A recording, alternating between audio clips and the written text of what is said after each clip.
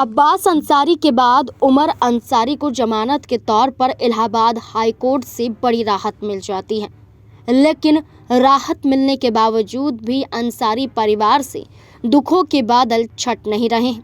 लगातार नई मुश्किलें अंसारी परिवार पर आन खड़ी हो रही हैं, जिसके चलते ना ही अब्बास अंसारी और ना ही उमर अंसारी जेल से बाहर आ पा रहे हैं। हेट स्पीच मामले में जहां 2 साल की सजा पर इलाहाबाद हाई कोर्ट के तहत रोक लगा दी जाती है और उनकी जमानत याचिका को स्वीकार करते हुए जमानत दे दी जाती है, लेकिन उसके बावजूद भी अब्बास अंसारी जेल से रिहा नहीं हो पाए हैं।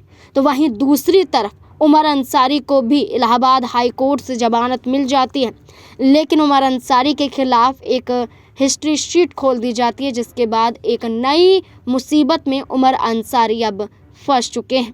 जी हां, आपको बता दें कि गाजीपुर जिले में अपराध और माफिया नेटवर्क पर सख्त कार्रवाई करते हुए थाना मोहम्मदाबाद पुलिस ने मरहूम माफिया मुख्तार अंसारी के छोटे बेटे उमर अंसारी की हिस्ट्री शीट खोल दी है।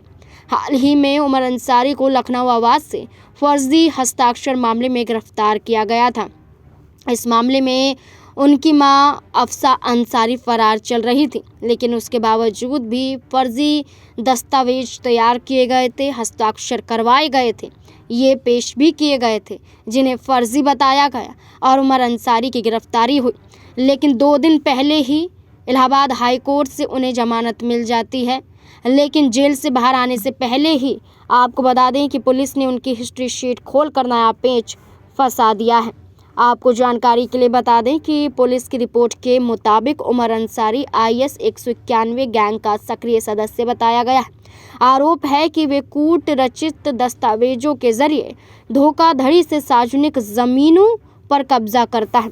इसके साथ ही चुनाव के दौरान भड़काऊ भाषण देने और दिलवाने में भी शामिल रहता है। गाजीपुर, मऊ, लखनऊ में उस पर कई गंभीर मुकदमे दर्ज हैं।